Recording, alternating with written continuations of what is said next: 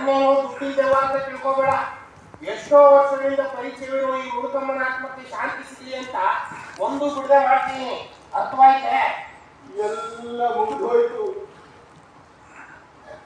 ಅಯ್ಯೋ, ಅಲ್ಲಿ ನೋಡಿ ಅಕ್ಕಿಯ ಕಾಲು ಬೆರಳುಗಳು ಅಲ್ಲಾಟಿಗೆ. ಅಯ್ಯೋ ನಿಲ್ಸಿ, ಈಗೆಲ್ಲ ಹಾಕ್ಬಿಡು. ಏನು ಸುತ್ತಾದ್ರು ಮಾಡ್ತೀರಾ? ಹೋಗ್ರಿ ಶಾಸ್ತ್ರಿಗಳೇ. ಏನ್ ಡಾಕ್ಟರ್ಗಳ ಏನೋ ಒಬ್ಬ ಮನುಷ್ಯ ಬತ್ತಿದಾನೋ ತತ್ತಿದಾನೋ ಅನ್ನೋದನ್ನು ಕಂಡುಹಿಡಿದು ಬರೋದಿಲ್ಲ ಈಗಿನ ಕಾಲದವ್ರಿಗೆ.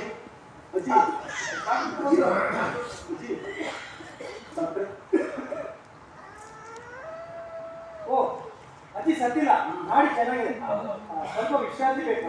ಅಯ್ಯೋ, ರಾತ್ರಿ ನಾನು ನೋಡಿದಾಗ ಅಜ್ಜಿ ನಿಜವಾಗ್ಲೂ ಸತ್ತಿದ್ರು. ಈ ಆತ್ಮ ಕರ್ಮ ಅನ್ನೋದೆಲ್ಲ ಇನ್ನೂ ಇದೆ. ಹಂಗೇನಾದ್ರು ಇದ್ರೆ ಅದು ನೀನೇ ಹೇಳಪ್ಪ. ನೋಡಿ, ಅವ್ರಿಗೆ ಎಚ್ಚರ ಆಗೋ ತನಕ ಇಲ್ಲಿರೋದು ಸರಿಯಲ್ಲ. ಆದಷ್ಟು ಬೇಗ ಮನೆಗೆ ಕರ್ಕೊಂಡು ಹೋಗ್ಬೇಕು. ಸಾಧ್ಯ ಆದ್ರೆ ನನ್ನ ಕಾರಲ್ಲಿ ಕರ್ಕೊಂಡು ಹೋಗ್ಬೇಕು. ಅಯ್ಯೋ, ನೀವೀಗೆಲ್ಲ ಹೇಳ್ಬೋದೇ ಸ್ವಾಮಿ. ಅಲ್ಲ, ಒಮ್ಮೆ ಇಲ್ಲಿ ಕರ್ಕೊಂಡು ಬಂದವ್ರನ್ನ ವಾಪಸ್ ಊರಿಗೆ ಕರ್ಕೊಂಡು ಹೋದ್ರೆ ಏನಾಗುತ್ತೆ ಅಂತ ನಿಮಗೆ ಗೊತ್ತಿಲ್ವೇ? ಊರೇ ಸುಟ್ಟು ಭಸ್ಮ ಆಗುತ್ತೆ, ಹೇಗ್ ಮಾಡಿಗೆ ತುತ್ತಾಗುತ್ತೆ. ನೋಡಿ, ಈ ವಿಚಾರ ನಾನು ಹೇಳ್ತಾ ಇದ್ದೀನಿ. ಇದು ಅಪಶಕುನ. ನೀನೇ ಒಂದು ದೊಡ್ಡ ಅಪಶಕುನ. ಅಜ್ಜಿನ ನಡೆ ಪಾಲ್ ಮನೆ ಕರ್ಕೊಂಡು ಹೋಗೋಣ.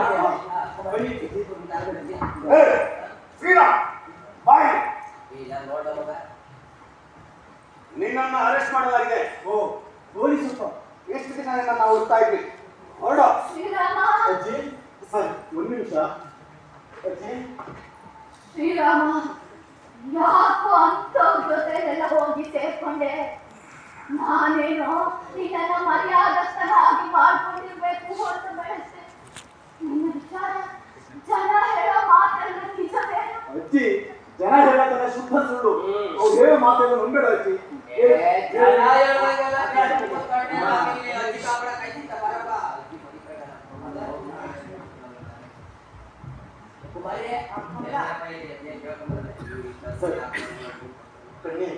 ನಾನು ಬರೋವರೆಗೂ ಅಜ್ಜಿನ ಚೆನ್ನಾಗಿ ನೋಡ್ಕೋ. ಅಜ್ಜಿ ನಮಗೆಲ್ಲ ತಾಯಿ ಇದ್ದಾರೆ, ನಾವು ಅವಳು ನೋಡ್ಕೊಳ್ತೇವೆ.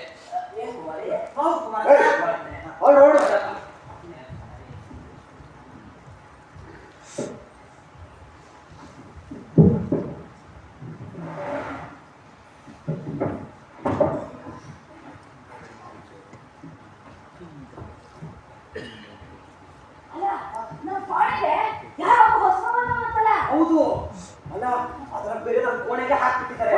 ಅವ್ನು ಏನ್ ಮಾಡ್ತಾನೋ, ಏನ್ ಬರೀತಾನೋ, ಏನ್ ಹಾಡ್ತಾನೋ ನಮ್ಮದು ಒಂದು ಏನೋ ಸ್ವಾತಂತ್ರ್ಯ ಅಂತೆ, ಹೋರಾಟ ಅಂತೆ, ಗಾಂಧೀಜಿ ಅಂತೆ, ಚಳುವಳಿ ಅಂತೆ, ಉಪವಾಸ ಅಂತೆ, ಏನೋ ಹೇಳ್ತಾನೆ. ಅದೇನೋ ಒಳ್ಳೆ ಹಾಡ್ ಕಟ್ಟಿದ್ದಾನೆ, ಎಲ್ಲರಿಗೂ ಹಾಡ್ಬಿಟ್ಟಿದ್ದಾನೆ. ಅದಲ್ಲ, ಅದು ಮುಖ್ಯ ಅಲ್ಲ. ರಾತ್ರಿ ಎಲ್ಲ ನಿತ್ಯ ಬೆಳಗಿದ್ದಾರೆ ಒಬ್ಬೊಬ್ಬನೇ ಹಾಡ್ತಿರ್ತಾನೆ. ಬೆಳಗ್ಗೆ ಮುಂಜಾನೆ 5 ವರ್ಷ ಹಾಡ್ತಿರ್ತಾನೆ. ಅದೇನು ಹಾಡ್ತಾನೋ, ಅದೇನು ಬರೀತಾನೋ, ಅದೇನು 5 ಗಂಟೆಗೆ ಎಬ್ಬಿಸ್ತಾರೆ ಬೆಳಗ್ಗೆ.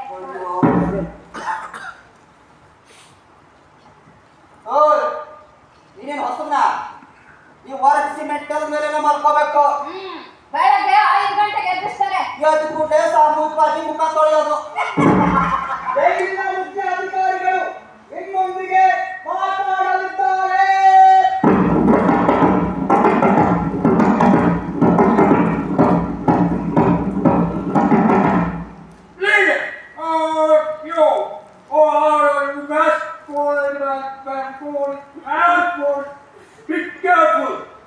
ಸರ್, ನನ್ನದೊಂದು ಮನವಿ.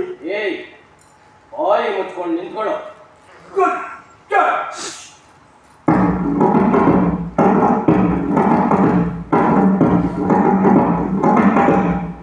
ನೀನು ಚೈನೀಯ ನಿಯಮವನ್ನು ಉಲ್ಲಂಘಿಸಿದ್ಯಾ? ಅದಕ್ಕೆ ನಿಮಗೆ ಶಿಕ್ಷೆ ವಿಧಿಸಬೇಕಾಗುತ್ತೆ. ಏನ್ ಶಿಕ್ಷೆ ಸರ್? ನನ್ನ ಹತ್ರ ಹೀಗೆಲ್ಲ ಮಾತಾಡ್ರೆ ಹೋಗಿ ದುಡ್ಬಿಡ್ತೇನೆ. ಸರಿ ಸರ್, ನಮ್ಮ ಮೇಲೆ ದೂರು ಕೊಟ್ಟು ಕೆಲಸ ಮಾಡಿಸ್ಕೊಳ್ಬೇಕು ಅಂತ ಇದೆಯೋ? ಇಲ್ಲ ಸರ್, ಹಾಗೇನಿಲ್ಲ ಸರ್. ಹೆಚ್ಚಿಗೆ ಮಾತಾಡದೆ ಬದುಕೊಂಡೆ. ನಾವು ಈ ಜೈಲಿನಲ್ಲಿ ಎಳ್ಳಷ್ಟು ಅಶಿಸ್ತನ್ನು ಸಹಿಸೋದಿಲ್ಲ. ತಿಳಿದೋ? ಸರ್, ಐಟಿ ಹತ್ರ ಏನ್ ಹೇಳ್ಬೇಕಂತ ಇದ್ದೆ? ಏನೂ ಇಲ್ಲ ಸರ್, ನಮ್ಮ ರೂಮಲ್ಲೇ ಸೇವಿಗೆ ಮಾಡ್ಕೋಬೋದ ಅಂತ ಕೇಳಬೇಕು ಅಂತಿದ್ದೆ. ಈಗ ಏನ್ ವ್ಯವಸ್ಥೆ ಇದೆಯೋ ಅದನ್ನು ಬಿಟ್ಟು ಬೇರೆ ಏನು ಮಾಡಲು ಸಾಧ್ಯವಿಲ್ಲ. ಸರಿ ಸರ್, ಯಾಕೆ ಸಾಧ್ಯ ಇಲ್ಲ ಸರ್? ಬೇರೆ ಯಾವಾಗಲಾದ್ರೂ ಆಗಿದ್ರೆ ಒಂದು ಮಾತು ಹೇಳಿ ಬಂದೂಕಿನ ಬಾಯಿಗೆ ಮಾಡ್ತಿದ್ದೆ. ಈಗ ನಿಮ್ಮ ಸ್ಥಿತಿ ಎಲ್ಲ ಖೈದಿ. ನೀನು ಮಹಾತ್ಮಾಜಿಯವರ ಅನುಯಾಯಿಯೂ ಅಲ್ಲ, ಸಾಧಾರಣ ಕೈದಿಯೂ ಅಲ್ಲ. ಆದರೆ ಅವರಿಬ್ಬರನ್ನು ಮೀರಿಸಿದವರು. ಭಾರತಿ ಜೊತೆಯಲ್ಲೇ ಪೊಲೀಸರನ್ನು ಒಪ್ಪಿಸಿಕೊಂಡಿದ್ರೆ ಚೆನ್ನಾಗಿತ್ತು. ನಾನು ಕೂಡ ಗಾಂಧಿ ಅನುಯಾಯಿಯಾಗಿ ರಾಜಕೀಯ ಖೈದಿಯಾಗಿ ಗೌರವವಾಗಿ ಬಾಳಬಹುದಾಗಿತ್ತು. ಭಾರತಿಗೆ ಯಾವ ಜೈಲಿನಲ್ಲಿರಬಹುದು? ಅಕಸ್ಮಾತ್ ಇದೇ ಜೈಲಿನಲ್ಲಿದ್ದರೆ ಅವಳನ್ನು ನೋಡೋದಕ್ಕೆ ನನಗೆ ಅಪ್ಪಣೆ ಕೊಟ್ಟಾರ? ಏನೋ ಯೋಚನೆ ಮಾಡ್ತಿರೋ ಹಾಗಿದೆ. ಏನಿಲ್ಲ ಸರ್, ಇನ್ನು ಎಷ್ಟು ದಿನ ಇಲ್ಲಿ ಇರಬೇಕು ಅಂತ ಯೋಚಿಸ್ತಾ ಇದ್ದೆ. ಚಕ್ರವರ್ತಿಗಳ ಆಜ್ಞೆ ಬರೋವರು.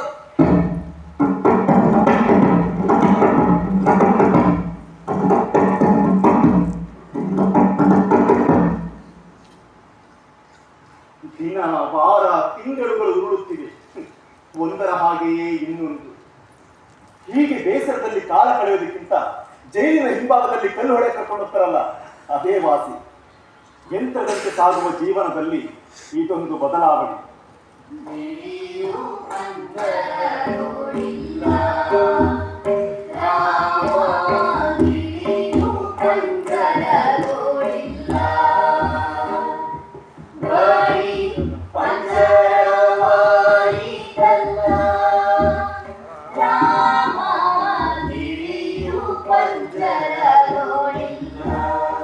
ಹಳೆ ಹುಲಿ, ಈ ಜೈಲು ವಾಸ ಮುಗಿದ ಮೇಲೆ ನೀನೇನ್ ಮಾಡ್ತೀಯಾ?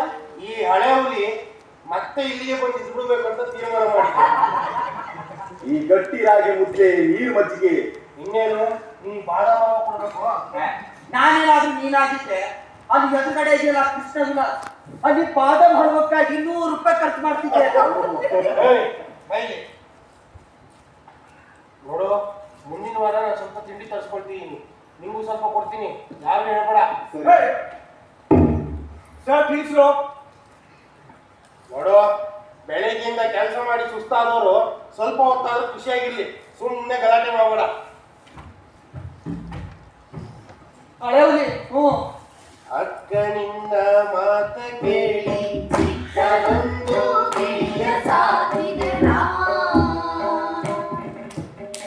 ಅಕ್ಕನಿಲ್ಲದ ಬೇಳೆಯಲ್ಲಿ ಬೆಕ್ಕುಕೊಂಡು ಹೋಯಿತಯ್ಯೋ ರಾಮ. ಅಕ್ಕನಿಲ್ಲದ ಬೇಳೆಯಲ್ಲಿ ಬೆಕ್ಕುಕೊಂಡು ಹೋಯಿತಯ್ಯೋ ರಾಮ. ಗಿಳಿಯು ಪಂಜರದೊಳಿಲ್ಲ. ಏನು ಸ್ವರ, ಏನು ಶ್ರುತಿ. ಈ ಪ್ರಪಂಚದಲ್ಲೆಲ್ಲ ಇದೊಂದೇ ನಿಜ. ಏನು? ಸತ್ಯಕ್ಕೂ ಅಸತ್ಯಕ್ಕೂ ಇರೋ ವ್ಯತ್ಯಾಸ ತಿಳಿಬೇಕು, ಸ್ಥಿರಕ್ಕೂ ಅಸ್ಥಿರಕ್ಕೂ ಇರೋ ಅಂತರ ತಿಳಿಬೇಕು. ಈ ಪ್ರಪಂಚದಲ್ಲೆಲ್ಲ ಇದೊಂದೇ ಸತ್ಯ ಅನ್ನೋದನ್ನ ಮೊದಲು ತಿಳಿಬೇಕು. ಕೊನೆ ಓದಿಲ್ಲದೆ ದೇವರ ನಾಮಸ್ಮರಣೆ ಮಾಡಬೇಕು. ಇಷ್ಟೆಲ್ಲ ದೈವ ಭಕ್ತಿ ಇರೋ ಮನುಷ್ಯ ನೀನು, ಹೊರಗೆ ಇಟ್ಕೊಂಡು ನೀನು ಗುಂಪಿನವ್ರಿಗೆಲ್ಲ ದಾರಿ ತೋರಿಸೋದಾಗಿತ್ತಲ್ಲ. ನಾನೇನೋ ಇರ್ತಾ ಇದ್ದೆ, ಆದ್ರೆ ಈ ಪೊಲೀಸ್ನವ್ರು ಬಿಡಲಿಲ್ಲ. ಈ ಪೊಲೀಸ್ನವ್ರು ಇಲ್ಲದೆ ಹೋಗಿದ್ರೆ ನಾವೆಲ್ಲ ಸುಖವಾಗಿರ್ಬೋದಾಗಿತ್ತು. ಅಲ್ಲ, ನನಗೆ ಯಾರ ಹೆದರಿಕೆನೂ ಇಲ್ಲ, ಯಾವ ಕಾನೂನಿನ ಬಗ್ಗೆ ಹೆದರಿಕೆ ಇಲ್ಲ.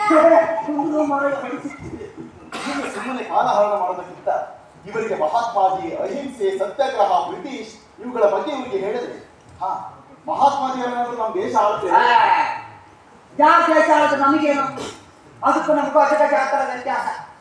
ಈ ಗಾಂಧೀಜಿಯವರನ್ನ ಜೈಲಲ್ಲಿ ನೋಡುತ್ತಲ್ಲ, ಒಳ್ಳೆ ಮಾವನ ಮನೆಗೆ ಒಳ್ಳೆ ಬಂದಂಗೆ ಆಡೋರು. ನೀನೇನಾದ್ರೂ ಸ್ವಲ್ಪ ಬೇಗ ಬಂದಿದ್ರೆ ಅದ್ರ ರುಚಿನ ನೀನು ನೋಡ್ಬೋದಾಗಿತ್ತು. ದೇಶಕ್ಕೋಸ್ಕರ ಪ್ರಾಣ ಬಿಡೋದಿರೋ ಜನರ ವಿಷಯದ ಬಗ್ಗೆ ನಿನಗೆ ಮಾತಾಡೋಕ್ಕೆ ಬಾಯಾದ್ರು ಹೇಗೆ ಬರುತ್ತೆ? ನೀನು ತಪ್ಪು ತಿಳ್ಕೊಂಡಿದ್ದೀಯಾ. ಎದುರು ಮಾತಾಡಿದ್ರೆ ಹಲ್ಲು ಉದುರಿಸ್ಬಿಡ್ತೇನೆ. ನನಗೆ ಬೇಕೋ ಹಾಗೆ ನಾನು ಮಾತಾಡ್ತೇನೆ. ನನಗೆ ಏನ್ ಬೇಡೋ ಅದನ್ನ ಮಾಡೋಕೆ ಬ್ರಿಟಿಷ್ ಸರ್ಕಾರಕ್ಕೂ ಸಾಧ್ಯವಿಲ್ಲ. ನಾನೇನಾದ್ರೂ ಜೈಲಲ್ಲಿ ಇಲ್ಲದೆ ಹೋಗಿದ್ರೆ ನಿನ್ನ ಮಹಾತ್ಮಾಜರು ಕಡ್ಬಿಡೋ ಹಾಗೆ ಮಾಡಿ ತಪ್ಪನ್ನೆಲ್ಲ ಒಪ್ಕೊಳ್ಳೋ ಹಾಗೆ ಮಾಡ್ತಿದ್ದೆ. ಅವ್ರ ಹೆಸರನ್ನ ಇದಕ್ಕೆಲ್ಲ ಹೇಳಿಬೇಡ. ಅವ್ರು ಮಹಾನ್ ಭಾವ. ಅವರು ಜೈಲಿನಲ್ಲಿದ್ದಾರೆ, ಗೊತ್ತಿದೆಯೇನು? ಅವರು ಜೈಲಿನಲ್ಲಿ ಇರ್ಬೋದು, ಆದ್ರೆ ನೀನು ಜೈಲಿನಲ್ಲಿ ಇದ್ದ ಮಾತ್ರಕ್ಕೆ ನೀನೇನು ಮಹಾತ್ಮಾಜಿ ಅಂತ ಅನ್ಕೊಂಡ್ಬಿಟ್ಟಿಯ?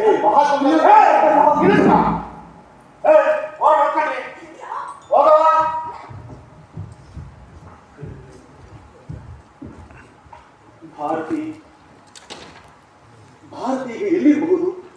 ಸತ್ತು ಹೋದಳು ಅಥವಾ ಬೇರೆ ಯಾರನ್ನಾದರೂ ಮದುವೆ ಮಾಡಿಕೊಂಡು, ಇಲ್ಲ ಜೈಲಿನಲ್ಲಿ ಗಲ್ಲಿಗೇರಿಸ್ಬಿಟ್ಟು. ಶ್ರೀರಾಮ್ ಸರ್, ನಿನ್ನ ನೋಡೋಕೆ ಯಾರು ಬಂದಿದ್ದಾರೆ? ಯಾರು ಸರ್? ಯಾರು ಬಂದಿರೋದು? ಹೆಂಗಸರು ಗಂಡಸರು? ಅಕಸ್ಮಾತ್ ನನ್ನ ನೋಡೋದಕ್ಕೆ ಬಂದಿರೋದು ಭಾರತೀಯಾಗಿದೆ. ಅವ್ರು ನೋಡೋದಕ್ಕೆ ಹೇಗಿದ್ದಾರೆ ಸರ್? ನೀನೇ ನೋಡು.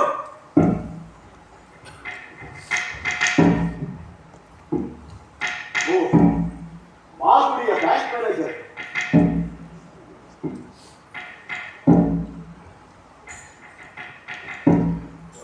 ಬನ್ನಿ ಮ್ಯಾನೇಜರ್, ಕೂತ್ಕೊಳ್ಳಿ. ಎಲ್ಲರೂ ಹೇಗಿದ್ದಾರೆ ಮ್ಯಾನೇಜರೇ? ಹಾ, ಚೆನ್ನಾಗಿದ್ದಾರೆ. ಅಜ್ಜಿ ಹೇಗಿದ್ದಾರೆ? ಅಜ್ಜಿ ವಿಚಾರ ಹೇಳೋಕ್ಕಿಂತಲೇ ಬಂದೆ. ಅಜ್ಜಿಯಿಂದ ಕಾಗದ ಬಂದಿದೆ. ಕಾಗದವೇ? ಎಲ್ಲಿಂದ? ನಿನಗೆ ಗೊತ್ತಿಲ್ವೇ? ಅಜ್ಜಿ ಈಗ ಕಾಶಿಯಲ್ಲಿದ್ದಾರೆ. ಕಾಶಿಗೆ ಹೋಗುದು? ಓ, ಹಾಗಾದ್ರೆ ನಿಮ್ಗೇನು ಗೊತ್ತಿಲ್ಲ. ಅಜ್ಜಿ ಊರಿನ ಜನರ ಮಾತಿಗೆ ಬೆಲೆ ಕೊಟ್ಟು ಸ್ವಲ್ಪ ದಿನ ಊರಾಚೆ ನದಿ ದಂಡೆ ಮೇಲಿರೋ ಪಾಳು ಮನೆಯಲ್ಲಿದ್ರು. ಆಮೇಲೆ ಕಾಶಿಗೆ ಹೋಗ್ಬೇಕು ಅಂದ್ರು. ನಾವೇ ತಾಳ ಪುಟ್ಟ ರೈಲು ಹಚ್ಚಿದ್ವಿ. ಕಾಶಿ ಏನ್ ಮಾಡ್ತಿದ್ದಾರೆ? ಕಾಶಿ ವಿಶ್ವನಾಥನ ಸನ್ನಿಧಿಲಿ ತಮ್ಮ ಕಡೆಗಾಲವನ್ನ ಕಳೀಬೇಕು ಅಂತ ಅವ್ರ ಆಸೆ. ಅಲ್ಲಿ ಪ್ರಾಣ ಬಿಟ್ಟು ಗಂಗೆಯಲ್ಲಿ ಕಳೆದುಕೊಂಡ್ರೆ ಅವರು ಜನ್ಮ ಸಾರ್ಥಕ ಅಂತ ಅವ್ರು ನಂಬಿಕೆ. ಅಜ್ಜಿನೆಲ್ಲ ಕೇಳಿದ್ದೇನು? ಓ, ಆಕೆ ನೋಡಿ, ಬೇರೆ ಏನಾದ್ರು ಮಾತಾಡಿ. ಇದು ರಾಜಕೀಯವಲ್ಲ. ಸುಮ್ಮನೆ ಚರ್ಚೆ ಮಾಡಬೇಡ, ಬೇರೆ ಏನಾದ್ರು ಮಾತಾಡಿ. ಅಜ್ಜಿ ವಿಚಾರ ಹೇಳೋಕ್ಕಿಂತಲೇ ಬಂದೆ. ಅಜ್ಜಿ ಕಾಗದ ಬರೆದಿದ್ದಾರೆ. ಮನೆ ಬಾಡಿಗೆ ಹಣವನ್ನ ನನಗೆ ಕಳಿಸ್ಬೇಕು ಅಂತ ಬರೆದಿದ್ದಾರೆ. ಮನೆಯ ಬಾಗಿ ಕೊಟ್ಟಿದ್ದಾರೇನು? ಹೌದು. ಅಜ್ಜಿ ಕಾಶಿಗೆ ಹೋಗೋವಾಗ ಮನೆಯ ಬಾಡಿಗೆ ಕೊಡಿ ಅಂತ ಹೇಳಿದ್ರು. ನಾವು ಒಬ್ರು ಹುಡುಗಿದ್ವಿ. ತಿಂಗಳಿಗೆ 40 ರೂಪಾಯಿ ಕೊಡ್ತಾರೆ.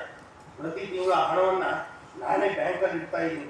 ಆ ಹಣ ನಿಮ್ಗೆ ಏನಾದ್ರು ಬೇಡದೆ ಹೋದ್ರೆ ನನಗೆ ಕಳಿಸ್ಬೇಕು ಅಂತ ಬಂದಿದ್ದಾರೆ.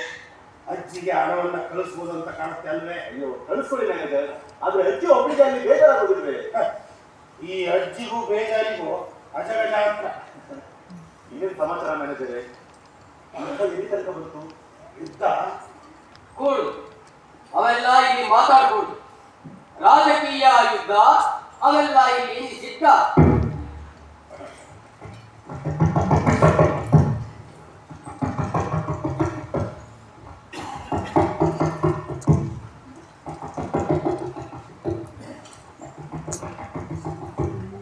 ನಾವೆಲ್ಲ ಇಲ್ಲಿಂದ ಯಾಕೆ ತಪ್ಪಿಸ್ಕೊಂಡು ಹೋಗ್ಬಾರ್ದು? ಈ ರೀತಿಯ ಭಾವನೆ ಸಹಜ. ಆದ್ರೆ ಇತ್ತೀಚೆಗೆ ನನ್ಗೆ ಈಗೆಲ್ಲ ಅನ್ಸೋದೇ ಇಲ್ಲ. ನಾನಾಯ್ತು, ನನ್ನ ಭಜನೆ ಆಯ್ತು, ಎಲ್ಲ ಸರಿ ಹೋಗುತ್ತೆ. ನೀನು ನನ್ನ ಜೊತೆ ಭಜನೆ ಮಾಡು. ಏಯ್, ಆ ಮಾತು ಆಮೇಲೆ. ಮೊದಲು ನಾವು ಯಾವ ರೀತಿ ತಪ್ಪಿಸ್ಕೊಳ್ಬೇಕು ಅನ್ನೋದನ್ನ ಯೋಚನೆ ಮಾಡಬೇಕು. ಅಲ್ಲ, ಇಲ್ಲಿರೋಕ್ಕೆ ಇಷ್ಟವಿಲ್ಲದೆ ಇದ್ದಿದ್ರೆ ಇಲ್ಲಿ ಬರುವಂತ ಕೆಲಸಗಳನ್ನ ಮಾಡಲೇಬಾರ್ದಾಗಿತ್ತು. ಅದು ಅಲ್ಲದೆ ನೀನೇನಾದ್ರೂ ಇಲ್ಲಿಂದ ತಪ್ಪಿಸ್ಕೊಂಡ್ರೆ 1 ನಿಮಿಷದಲ್ಲಿ ಹಿಡಿದ್ಬಿಡ್ತಾರೆ. ಗಡ್ಡ ಬೆಳೆಸ್ಕೊತೀನಿ. ಗಡ್ಡ ಬೆಳೆಸ್ಕೊಂಡ್ರೆ ಬೋಲ್ಸ್ ನೋಡ್ತಾರೆ. ಈ ಗಡ್ಡ ಬಿಟ್ಟಿರೋ ಸನ್ಯಾಸಿಗಳಿಗೂ ನಿನ್ನಂತವರಿಂದ ಉಳಿಗಾಲ ಇಲ್ಲ. ನಾನು ಮದುವೆ ಬೇಕಾಗಿರೋ ಹುಡುಗಿ ಅಲ್ಲಿದ್ದಾಳೆ. ಎಲ್ಲಿ? ಅವಳು ಜೈಲಿನಲ್ಲಿದ್ದಾಳೆ. ಅವಳೇನು ಕಳ್ಳತನ ಮಾಡಿ ಜೈಲಿಗೆ ಹೋಗಿಲ್ಲ. ಮತ್ತೆ ಮಹಾತ್ಮಾಜಿಗೋಸ್ಕರ ಜೈಲಿನಲ್ಲಿದ್ದಾಳೆ. ನೀನ್ ಆ ಮಹಾನುಭಾವನ ಇದಕ್ಕೆಲ್ಲ ಹೇಳಿಬಿಡಪ್ಪ. ಮಹಾತ್ಮ ಗಾಂಧೀಜಿಯವರನ್ನ ಭಾರತದ ಚಕ್ರವರ್ತಿಗಳಾಗಿ ಮಾಡ್ತಾರಂತೆ. ಈ ತಾನೇ ಯಾರೋ ಬಂದು ಹೇಳ್ದ. ರಾಜಕೀಯ ಯುದ್ಧ ಅವೆಲ್ಲ ಇಲ್ಲಿ ನಿಷಿದ್ಧ. ಮಹಾತ್ಮಾಜಿಯವರು ಜೈಲಲ್ಲಿ ಇರುವಂತೆ ಅವ್ರನ್ನ ಬಿಟ್ಬಿಟ್ಟಿದಾರಂತೆ. ನಾನು ನಂಬೋದಿಲ್ಲ. ಸತ್ಯವಾಗಿ ಅವ್ರು ಜೈಲಲ್ಲಿ ಇರುವಂತೆ. ಅವ್ರ ಹೆಂಡತಿ ತೀರೋಗಿದ್ದಾರೆ ಅಂತ ಹೇಳಿ ಅವ್ರನ್ನಾಗಲೇ ಬಿಟ್ಬಿಟ್ಟಿದಾರಂತೆ. ಇಂಗ್ಲೆಂಡ್ ಯಾರೋ ಬಂದಿದ್ದಾರಂತೆ. ಮಹಾತ್ಮ ಗಾಂಧೀಜಿಯವರನ್ನ ಭಾರತದ ಚಕ್ರವರ್ತಿಗಳಾಗಿ ಮಾಡ್ತಾರಂತೆ. ಅದೇನು ನಿಮ್ಗೆಲ್ಲ ಇಷ್ಟೊಂದು ಸಂತೋಷ? ಯಾಕೆ ಸಂತೋಷ ಅಂದ್ರೆ, ಮಹಾತ್ಮಾಜಿ ಅವರು ಮಹಾರಾಜರಾದ್ರೆ ನಮ್ಮನ್ನ ಯಾರು ಜೈಲಲ್ಲಿ ಇಡೋದಿಲ್ಲ. ಅವ್ರಿಗೆ ಅದೆಲ್ಲ ಇಷ್ಟ ಇಲ್ಲ. ಮಹಾತ್ಮಾಜಿ ಅವರು ತುಂಬಾ ಒಳ್ಳೆಯವರು. ತಮ್ಮ ಹೋದೇನ? ರಾಜಕೀಯ ಬದಲಾವಣೆ. ಹಿಂದೂಸ್ತಾನ ಪಾಕಿಸ್ತಾನ ಎಂದು ಭಾರತವನ್ನು ವಿಭಜಿಸಬೇಕೆಂದಿರುವ ಸೂಚನೆ. ಇದಕ್ಕೆ ಗಾಂಧೀಜಿಯವರ ನಕಾರ. ದೆಹಲಿಯಲ್ಲಿ ನಡೆಯುತ್ತಿರುವ ಕೊನೆ ಮೊದಲಿಲ್ಲದ ಮಾತುಕತೆ, ಸಾವು ನೋವು. ಬ್ರಿಟಿಷರು ನಿಜವಾಗಿಯೂ ಭಾರತವನ್ನು ಬಿಟ್ಟು ತೊಲಗುತ್ತಾರೆ. ನೋಡ್ರ ಎಲ್ಲ ಕಡೆಗೂ ಕ್ವಿಟ್ ಇಂಡಿಯಾ ಅಂದ್ರೆ ಬ್ರಿಟಿಷರೇ ಭಾರತ ಬಿಟ್ಟು ತೊಲಗಿ ಅಂತ ಮೇಲೆ ಬರಬೇಕು. ನೀನು ಮಾಡಿರೋ ಕೆಲಸಕ್ಕೆ ನಿನಗೆ ಬಹುಮಾನ ಬೇರೆ ಕೊಡ್ತಾರೆ ನಾವು. He made the trip with destiny, and now the time comes when we shall begin our race, not only all in full measure, but very substantially. At the stroke of the midnight hour, when the world sleeps, India will awake to life and freedom.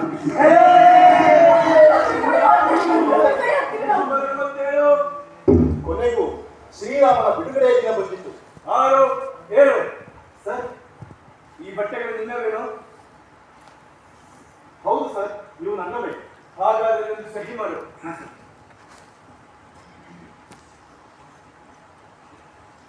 ನೋಡು, ನಿನ್ನ ಜೈಲು ಬಟ್ಟೆಗಳನ್ನ ತೆಗೆದು ಹಾಕಿ ನಿನ್ನ ಬಟ್ಟೆಗಳನ್ನ ಹಾಕೊಳ್ಬಹುದು. ಇನ್ಮೇಲೆ ನೀನು ಖೈದಿ ಅಲ್ಲ. ಧನ್ಯವಾದ ಸರ್.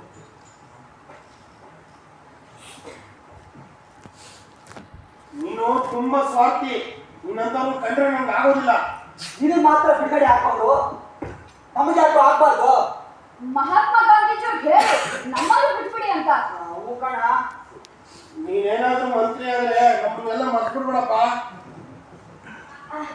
ನಾವೆಲ್ಲ ಏನಾದ್ರು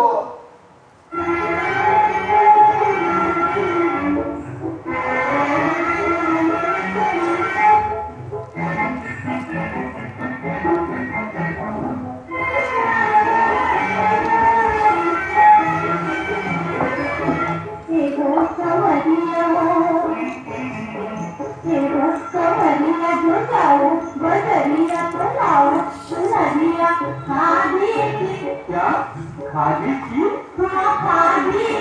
गांधी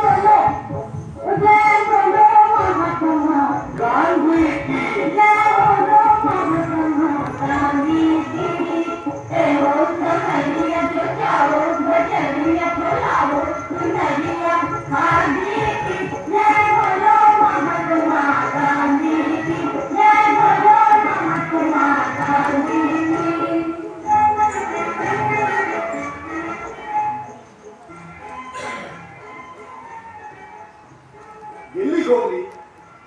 ನಾನು ಇಷ್ಟು ವರ್ಷಗಳ ಕಾಲ ವಾಸ ಮಾಡುತ್ತಿದ್ದ ಆ ಜೈಲು ಕಟ್ಟಡದ ಕಡೆ ತಿರುಗಿ ನೋಡಿದೆ. ಹೊರಗಿನಿಂದಲೂ ಬಹಳ ಸೌಮ್ಯವಾಗಿಯೇ ಕಾಣುತ್ತಿದೆ. ಆದರೆ ಅದರೊಳಗಿದ್ದು ಎಂತಹ ಭಯಂಕರ ಪ್ರಪಂಚ. ಊರೊಳಗೆ ಹೋಗುವ ಕಡೆ ಹೆಜ್ಜೆ ಹಾಕುತ್ತಿದ್ದರೂ ಎಲ್ಲಿಗೆ ಹೋಗಬೇಕೆನ್ನುವುದು ಸ್ಪಷ್ಟವಾಗುತ್ತಿಲ್ಲ. ಸದ್ಯ ಜನ ನನ್ನನ್ನು ಗುರುತಿಸದೇ ಸಾಕು. ಪೊಲೀಸಿನವರು ಇದ್ದುದನ್ನು ನೋಡಿದ ಕೂಡಲೇ ನನ್ನ ಹೇಳಿದಂತೆಯೇ ಅವರ ದೃಷ್ಟಿಯಿಂದ ತಪ್ಪಿಸಿಕೊಂಡೆ. ಅಂತೂ ಸ್ವತಂತ್ರ ಭಾರತದಲ್ಲಿ ನಡೆಯುತ್ತಿದ್ದೇನೆ.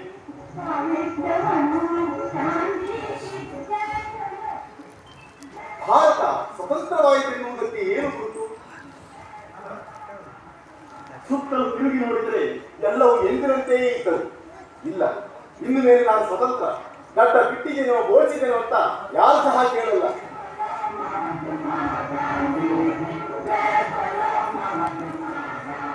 ಮಾಡಿ ಮಾಡಿ ಏನ್ ಬೇಕು? 2 ಸಿಹಿ, 1 ಖಾರ, 1 ಲೋಟ ಕಾಫಿ.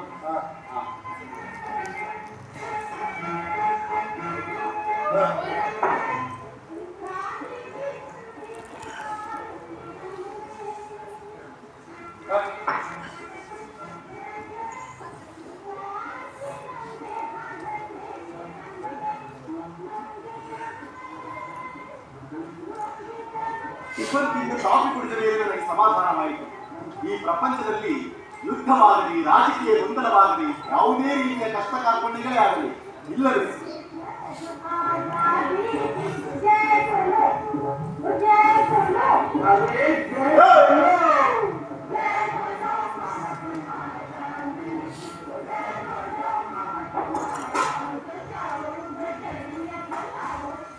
ಕಬೀರ್ ರಸ್ತೆಯ ಕಡೆ ಬೇಗ ಬೇಗ ಹೆಜ್ಜೆ ಹಾಕಿದೆ.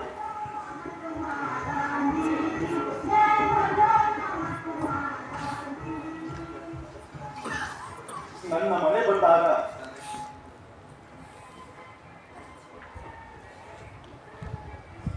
ಬಾಗಿಲ ಹತ್ತಿರ ನಿಂತು ಒಳಗೆ ಇಣುಕಿ ನೋಡಿದೆ. ಯಾರೋ ಅಪರಿಚಿತರು ಒಳಗೆ ಓಡಾಡುತ್ತಿದ್ದರು. ಹಾಲಿನ ಕೆಳಗೆ ದೀಪದಡಿಯಲ್ಲಿ ಅಪರಿಚಿತ ಮಕ್ಕಳಿಬ್ಬರು ಒಬ್ಬರೊಡನೆ ಒಬ್ಬರು ಜಗಳವಾಡುತ್ತಿದ್ದರು. ಆ ದೀಪದಡಿಯಲ್ಲಿ ಅಜ್ಜಿ ನನಗೆ ಎಷ್ಟು ವಿಷಯಗಳನ್ನು ತಿಳಿಸಲಿಲ್ಲ. ಈ ಮನೆಯಲ್ಲಿ ನಾನು ನೆಲೆಸುವ ಹೊತ್ತಿಗೆ ಈ ಮನೆ ಹಾಳು ಬಿದ್ದು ಹೋಗಿರುತ್ತದೆ.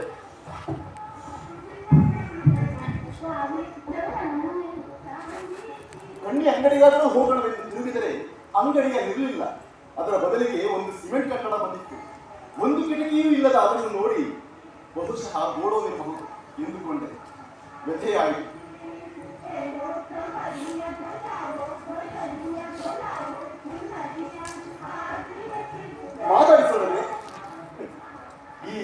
ಹತ್ತಿರ ಮಾತನಾಡುವ ಕಲೆಯೇ ಮರೆತು ಹೋಗಿದೆಯಲ್ಲ.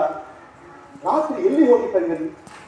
ಜೈಲಿನಲ್ಲಾಗಿದ್ರೆ ರಾತ್ರಿಯಾದರೂ ಮಲಗಲು ಸ್ಥಳ ಸಿದ್ಧವಾಗಿರುತ್ತಿತ್ತು. ಫೋಟೋಗ್ರಾಫರ್ ಜಗದೀಶ್,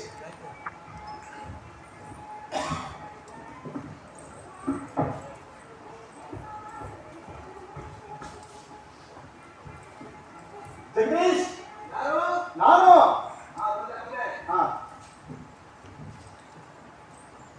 ಓ ಶ್ರೀರಾಮ್, ಯಾವಾಗ ಬಂದೆ? ಈ ಕರೆ ಬಂದೆ. ನಿನ್ನ ವಿಷಯ ತಿಳಿಲಿ. ನಾನು ಇಷ್ಟು ದಿನ ಎಲ್ಲಿದ್ದೆ, ಏನ್ ಕತೆ? ನೀನು ಇವತ್ತು ಬರ್ತೀಯ ಅಂತ ಗೊತ್ತಾಗಿದ್ರೆ ಜೈಲಿನ ಬಾಗಿಲಲ್ಲಿ ದೊಡ್ಡ ಸ್ವಾಗತದ ಏರ್ಪಡಿಸಿದೆ ನೋಡು. ನೀನು ಜೈಲಲ್ಲಿ ಇರ್ತಾ ಇದ್ದಿದ್ರೆ ಸ್ವಾತಂತ್ರ್ಯ ದಿನಾಚರಣೆ ದಿನ ನಿಮ್ಮನ್ನು ಖಂಡಿತವಾಗಿ ಮೆರವಣಿಗೆಯಲ್ಲಿ ಕರ್ಕೊಂಡು ಬರ್ತಿದ್ರು. ಈ ಫೋಟೋಗ್ರಾಫರ್ ಆಗಿರೋದು ಬಹಳ ಹೆಮ್ಮೆಯ ವಿಷಯ ನೋಡು. ಮುಂದಿನ ಜನಾಂಗ ನನ್ನ ಕರ್ತವ್ಯವನ್ನ ನಾನು ಮಾಡಲಿಲ್ಲ ಅಂತ ಹೇಳೋ ಹಾಗೆ ಇಲ್ಲ. ನೋಡು, ನಾನು ವಾಸಿಸುತ್ತಿದ್ದ ಪಾಳುಗುಡಿ ಎಕ್ಸ್ಪ್ರೆಗಳು ಇದು ಸ್ವಾತಂತ್ರ್ಯ ಸೈನಿಕರ ರಹಸ್ಯ ಕಾರ್ಯಸ್ಥಾನಗಳಲ್ಲಿ ಒಂದು. ನೋಡ್ತೀನೋ ಬಂದೆ. ಮಾಲ್ಗುಡಿ ರಸ್ತೆಗಳ ಹಲವಾರು ಚಿತ್ರಗಳು, ಪ್ರತಿಯೊಂದು ಮನೆಯ ಅಂಗಡಿಗಳ ಮೇಲೂ ತ್ರಿವರ್ಣ ಧ್ವಜ. ಈ ಜಗದೀಶನೇ ಯಾವುದೋ ಒಂದು ಸಮಾರಂಭದಲ್ಲಿ ಧ್ವಜಾರೋಹಣ ಮಾಡುತ್ತಿರುವುದು ಕಂಡಿತು. ಎಲ್ಲ ಇವನ ಕೊನೆಗಾಗುವುದು ಇಷ್ಟೇ ಅಂತ ತಿಳಿದಿದ್ರೆ ನಾನು ಊರೂರು ತಿರುಗಿ ಗೋಡೆಗಳ ಮೇಲೆಲ್ಲ ಕ್ವಿಟ್ ಇಂಡಿಯಾ ಅಂತ ಬರೆದು ರೈಲುಗಳನ್ನು ಉರುಳಿಸಿ ಸರ್ಕಾರಿ ಬಂಗಲೆಗಳಿಗೆ ಬೆಂಕಿ ಇಟ್ಟು ಈ ಫೋಟೋಗ್ರಾಫರ್ನ ಚಿತ್ರಗಳಿಗೆ ಒಂದಿಷ್ಟು ಸಾಮಗ್ರಿ ಒದಗಿಸಿಕೊಡ್ತಿರಲಿಲ್ಲ. ಇನ್ನೂ 3 ಆಲ್ಬಮ್ ಇದೆ, ನೋಡ್ತೀಯೇನು? ಈಗ ಖಂಡಿತ ಆಗಲ್ಲ, ನಾಳೆ ನೋಡ್ತೇನೆ. ತಗೋ ಜಗದೀಶ್, ನಿನ್ನ ಪೊಲೀಸರು ಹಿಡಿಯಿದೆ. ಪೊಲೀಸರು ನನ್ನ ಹಿಡಿಯುವಂತ ಸಂದರ್ಭವೇ ಬರಲಿಲ್ಲ ನೋಡಿ. ಹೊತ್ತಲ್ಲದ ಹೊತ್ತಿನಲ್ಲಿ ನನ್ನ ಅಜ್ಜಿ ಸಾಯೋಕ್ಕೆ ಶುರು ಮಾಡಲಿಲ್ಲ. ನಿನ್ನ ಅಜ್ಜಿಗೋಸ್ಕರ ಆಗಿದ್ರೆ ನೀನು ಜೈಲಿಗೆ ಬರ್ತಾ ಇರಲಿಲ್ಲ. ಭಾರತೀಯಲ್ಲಿ ಇಷ್ಟೊತ್ತಾದ್ರೂ ಯಾಕೆ ಕೇಳಿಲ್ಲ ಅನ್ಕೊಂಡೆ. ಆಕೆ ಬಿಡುಗಡೆಯಾದ ತಕ್ಷಣ ರೈಲು ಹತ್ತಿ ನೌಕಾಲಿ ಬಂದು ನೌಖಾಲಿ ಅಲ್ಲಿ ಏನ್ ಮಾಡ್ತಿದ್ದಾಳೆ? ಅದೆಲ್ಲಿದೆ? ಪೂರ್ವ ಬಂಗಾಳದ ಪರಿಸ್ಥಿತಿ ಗೊತ್ತಿಲ್ಲ. ಜಗಳ ಅಲ್ಲಿ ಒಟ್ಟು ಹಳ್ಳಿಗಳಲ್ಲಿ ಈ ಕೋಮುವಾರ ಜಗಳದಲ್ಲಿ ಸುಟ್ಟು ಭಸ್ಮ ಮಾಡಿದ್ದಾರೆ. ಸಾವಿರಾರು ಜನರನ್ನ ಸಾಯಿಸಿ ಬಿಟ್ಟಿದ್ದಾರೆ. ಎಷ್ಟೋ ಜನ ತಮ್ಮ ಮನೆ ಮಠ ಕಳೆದುಕೊಂಡಿದ್ದಾರೆ. ಹಾಳಾಗಿರುವುದು ಕೇಳಿ ಇದನ್ನೆಲ್ಲ ಯಾರು ಮಾಡ್ತಿದ್ದಾರೆ? ಯಾಕೆ? ಇದನ್ನೆಲ್ಲ ಕೇಳಬೇಡ. ನನಗೆ ಈ ಕೋಮುವಾರ ಭಾವನೆಯೇ ಇಲ್ಲ. ಅದಕ್ಕೆ ಇದನ್ನೆಲ್ಲ ಮಾತಾಡಕ್ಕೆ ಇಷ್ಟವಿಲ್ಲ. ಯಾರನ್ನೋ ಕೊಡ್ತಾ ಇದ್ದಾರೆ. ಬದುಕುವ ಆಸೆಯೇ ಇಲ್ಲದೆ ಹೋಗಿ. ಅದಕ್ಕೆ ಮಹಾತ್ಮಾಜಿ ಶಾಂತಿ ಎನ್ನುವುದರಾಗಿ ಹಳ್ಳಿಗೆ ಹೋಗಿ ಜನರಿಗೆ ಧೈರ್ಯ ಹೇಳ್ತಾ ಇದ್ದಾರೆ. ಆದ್ರೂ ಭಾರತಿನಲ್ಲಿ ಅಷ್ಟು ದೂರ ಯಾಕೆ ಹೊರಟೋದ್ರು? ಸಾವಿರಾರು ಮೈಲಿ ದೂರದಲ್ಲಿದ್ದಾಳೆ. ಆದ್ರೆ ಅಂಚೆ ವ್ಯವಹಾರ ಅನ್ನೋದೊಂದಿದೆ. ಅವಳಿಗೆ ಪತ್ರ ಯಾಕೆ ಬರೀಬಾರದು? ಏನ್ ಬರೀಲಿ? ಇಂಥದ್ದನ್ನೆಲ್ಲ ಯಾವತ್ತೂ ಬರ್ತಿಲ್ಲ. ಆದ್ರೂ ಒಂದು ಪ್ರಯತ್ನ ಮಾಡ್ತೇನೆ. ಹೌದು.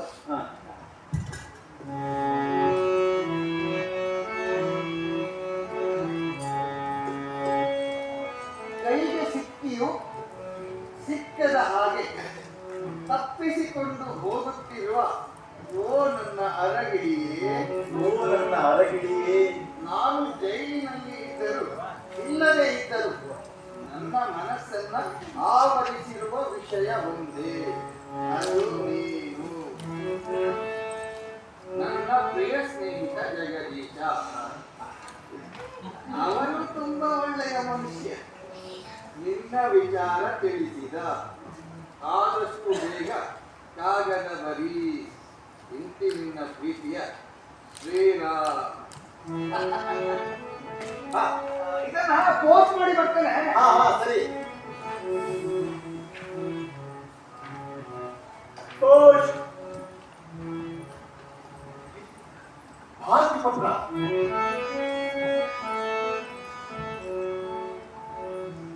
ನಿಮ್ಮ ಪತ್ರ ತಲುಪಿ ಸಂತೋಷವಾಯಿತು. ದೆಹಲಿಗೆ ಬನ್ನಿ. ಹೊಸ ದೆಹಲಿಯಲ್ಲಿ ಬಿರ್ಲಾ ಭವನ. ನಿಮಗೆ ಯಾವಾಗಲೂ ಸ್ವಾಗತ. ಇಂತಿ ಭಾರತ.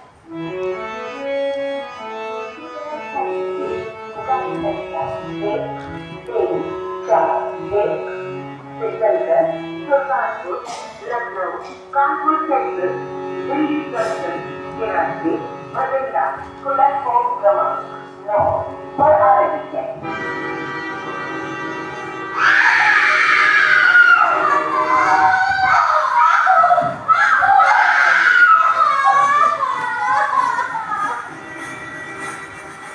ಟ್ರಂಕ್ ಎಕ್ಸ್ಪ್ರೆಸ್ ಕೊನೆಗೂ ದೆಹಲಿ ನಿಲ್ದಾಣದಲ್ಲಿ ಬಂದು ನಿಂತಿತು.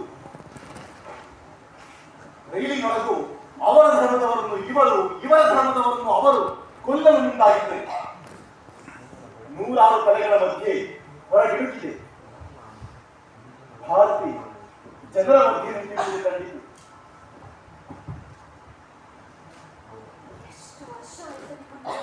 ನೀನು ಒಳ್ಳೆ ಉತ್ತರ ಭಾರತದ ಪಂಜಾಬಿ ಹೆಂಗಸಿನ ಹಾಗೆ ಕಾಣಿಸ್ತೀಯ. ನನ್ನ ಭಾಷೆ ಅರ್ಥ ಆಗುತ್ತೆ ತಾನೇ? ಇದೇನು ಕನಸು ನನಸು?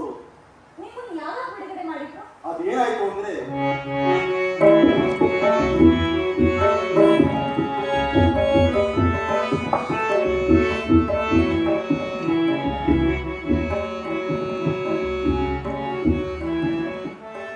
ಸದ್ಯಕ್ಕೆ ಇಲ್ಲೇ ನನ್ನ ವಾಸ. ಎಷ್ಟೇ ಆದ್ರೂ ಒಂದಲ್ಲ ಒಂದು ದಿನ ನನ್ನ ಹೆಂಡತಿ ಆಗೋಳು. ಅದಕ್ಕೆ ಇವನ ಜೊತೆಯಲ್ಲೇ ಇರೋ ಹಾಗೆ ಏರ್ಪಾಡು ಮಾಡಿದ್ದಾಳೆ. ನೀನು 1 ಗಂಟೆಗೆ ನಿಮ್ಮ ರೂಮ್ ತಯಾರಾಗುತ್ತೆ. ಅಲ್ಲಿವರೆಗೂ ಇಲ್ಲೇ ವಿಶ್ರಾಂತಿ. ಮಕ್ಕಳೆಲ್ಲ ಓಡಾಡ್ತಿದ್ದಾರೆ. ಈ ಮಕ್ಕಳೆಲ್ಲ ಯಾರು? ನಿರಾಶ್ರಿತ ಮಕ್ಕಳು. ಹಾ, ಇಲ್ಲಿ ನಿಮ್ ಕಡೆ ಸಿಗೋ ತರ ತಿಂಡಿ ತೀರ್ಥ ಎಲ್ಲ ಸಿಗಲ್ಲ. ನೀವು ಒಂದು ಚಪಾತಿ ತಿನ್ನೋದನ್ನ ಕಲಿಬೇಕು. ಅನ್ನ ಹುಳಿ ಅಂತೂ ಮೊದಲೇ ಸಿಗಲ್ಲ. ಕೂರ್ತೀರಿ. ಸರಿ.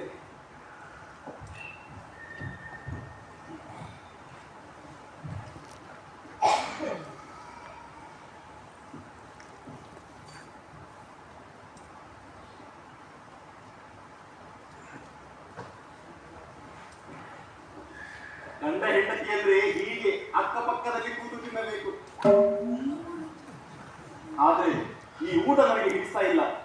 ಜೈಲು ವಾಸ ಏನು ಕೊಟ್ಟರೂ ತಿನ್ನುವುದನ್ನು ಕಲಿಸಿತ್ತು. ಇದೋ ಒಂಥರ ಜೈಲೇ.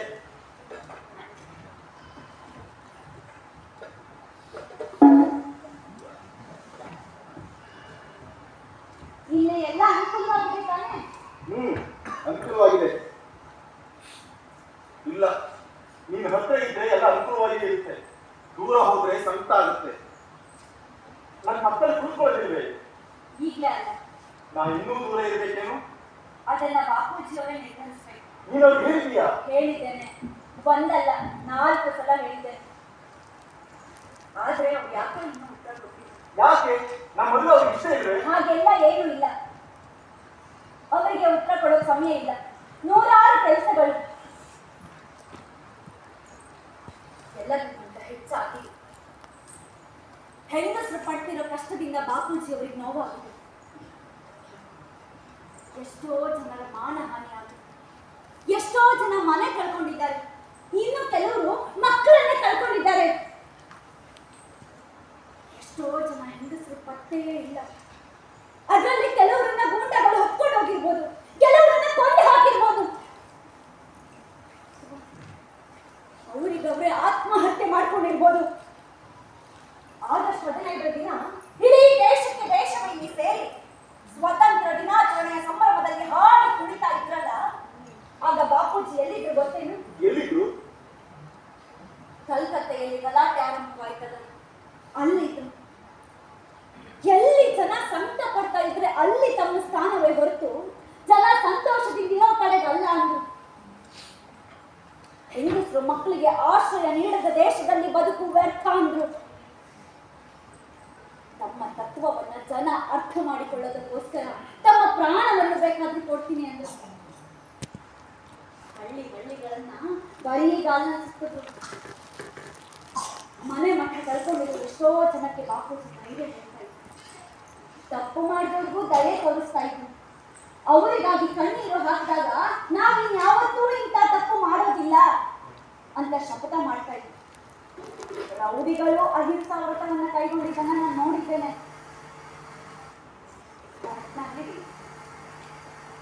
ಮನುಷ್ಯರು ಮಾಡಬಾರ್ದಂತ ಕೆಲಸಗಳನ್ನೆಲ್ಲ ಮನುಷ್ಯರು ಮಾಡ್ತಾ ಇರೋದು. ನೌಕಾಳಿ ಬಿಹಾರ ದೆಹಲಿಯಲ್ಲಿ ನಾನು ಇದನ್ನೆಲ್ಲ ನೋಡಿದ್ದೇನೆ. ಅದೆಲ್ಲ ಅಲ್ಲಿ ಸಿಕ್ಕಿದ ಮಕ್ಕಳು. ತಂದೆ ಯಾರು ತಾಯಿ ಯಾರು ಅಂತ ಗೊತ್ತಿಲ್ಲ.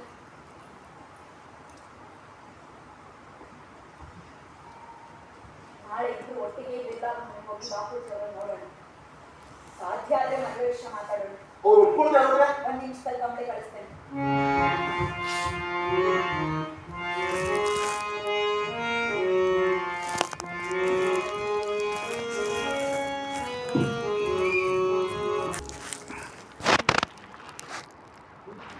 ಬಾಪೂಜಿ ತುಂಬಾ ಸುರಗೋಗಿದ್ದಾರೆ. ಹೌದು, ಹೋದ ಸಲದ ಉಪವಾಸ ಅವರನ್ನು ತುಂಬಾ ನಿಶಕ್ತರನ್ನ ಮಾಡಿದ್ವಿ. ಆಗಾಗ ಪ್ರಜ್ಞೆ ಇಲ್ಲದೆ ಬಿಟ್ಬಿಡ್ತಾ ಇದ್ವಿ. ನಮಸ್ತೆ, ಬಾಪು ನಿಮ್ಮನ್ನ ಒಳ ಕರೀತಿದ್ದಾರೆ, ಬನ್ನಿ. ಬಾಪು,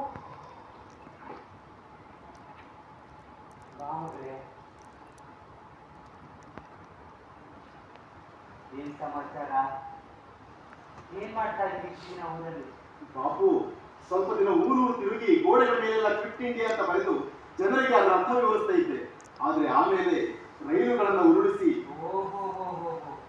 ಮಾಡಬಾರ್ದು ಕೆಲಸಗಳನ್ನ ಮಾಡಿಬಿಟ್ಟಿದ್ದೀಯ. ಮತ್ತೆ ನಾನು ಉಪವಾಸ ಮಾಡಂತಹ ಕೆಲಸ ಏನಾದ್ರು ಮಾಡಿದ್ದೀಯನು? ನೀವು ಅಪ್ಪಣೆ ಕೊಟ್ಟು ನಾನು ಉಪವಾಸ ಮಾಡ್ತೇನೆ ಬಾಪು.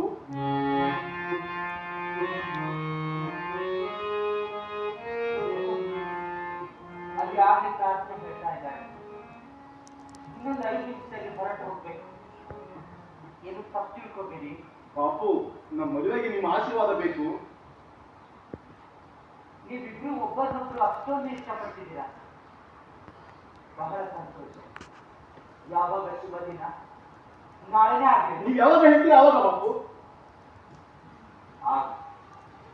ನಾಳೆ ನನ್ನ ಮೊದಲನೇ ಕೆಲಸ. ಭಾರತಿ, ನಿನ್ನ ಸಂಸಾರದಲ್ಲಿ ಆಗಲೇ 30 ಮಕ್ಕಳಿದ್ದಾರೆ. ಆ ಮಕ್ಕಳಿಗೆ ನೀವೇ ತಂದೆ ತಾಯಿ.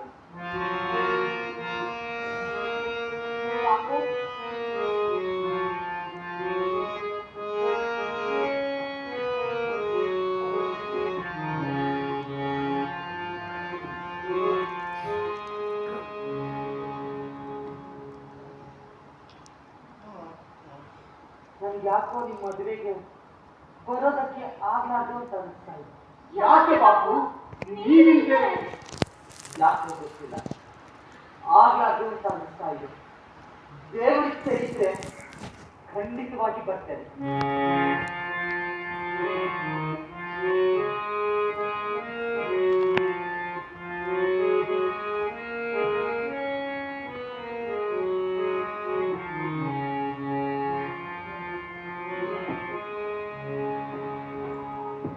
ಹೊತ್ತಾಗೋಯ್ತು, ದಯವಿಟ್ಟು ಕ್ಷಮಿಸ್ಬೇಕು.